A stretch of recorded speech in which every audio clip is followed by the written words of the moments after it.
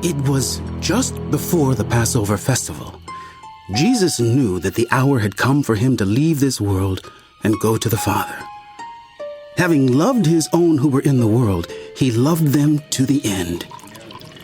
The evening meal was in progress, and the devil had already prompted Judas, the son of Simon Iscariot, to betray Jesus.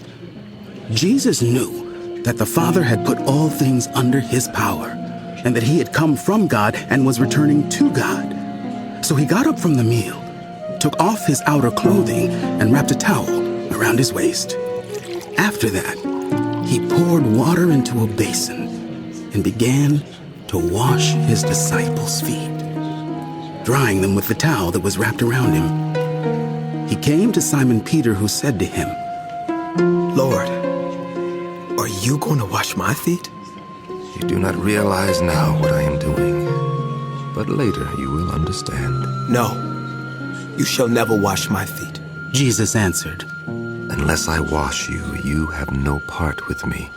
"Then, Lord, not just my feet, but my hands and my head as well." Those who have had a bath need only to wash their feet. Their whole body is clean, and you are clean, though not every one of you. for he knew who was going to betray him. And that was why he said, not everyone was clean.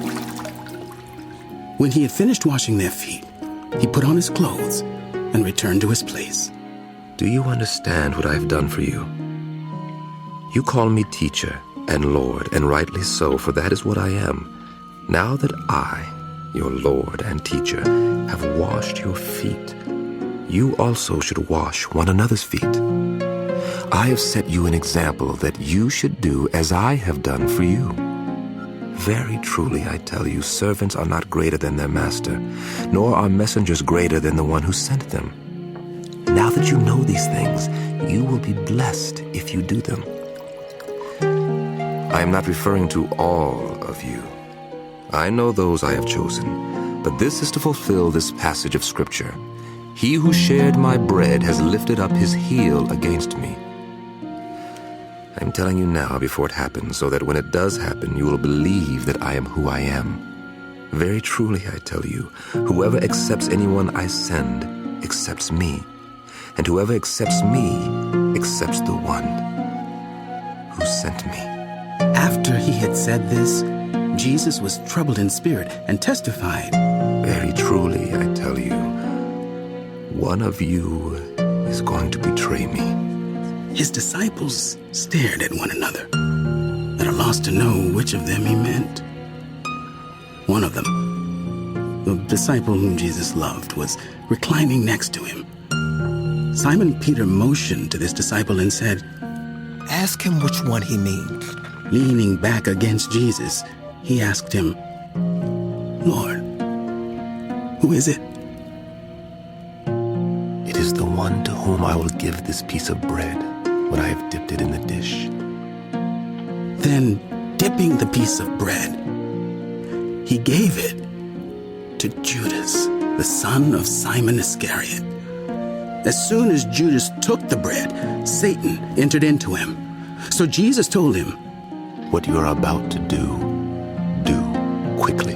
But no one at the meal understood why Jesus said this to him. Since Judas had charge of the money, some thought Jesus was telling him to buy what was needed for the festival, or to give something to the poor. As soon as Judas had taken the bread, he went out, and it was night. When he was gone, Jesus said, Now is the Son of Man glorified, and God is glorified in him. If God is glorified in him, God will glorify the Son in himself, and will glorify him at once. My children, I will be with you only a little longer. You will look for me, and just as I told the Jews, so I tell you now, where I am going, you cannot come. A new command I give you, love one another. As I have loved you, so you must love one another. By this, everyone will know that you are my disciples, if you love one another. Simon Peter asked him, Lord, Where are you going? Where I am going, you cannot follow now, but you will follow later. Lord, why can't I follow you now? I will lay down my life for you. Then Jesus answered, Will you really lay down your life for me? Very truly I tell you, before the rooster crows, you will disown me 3 times.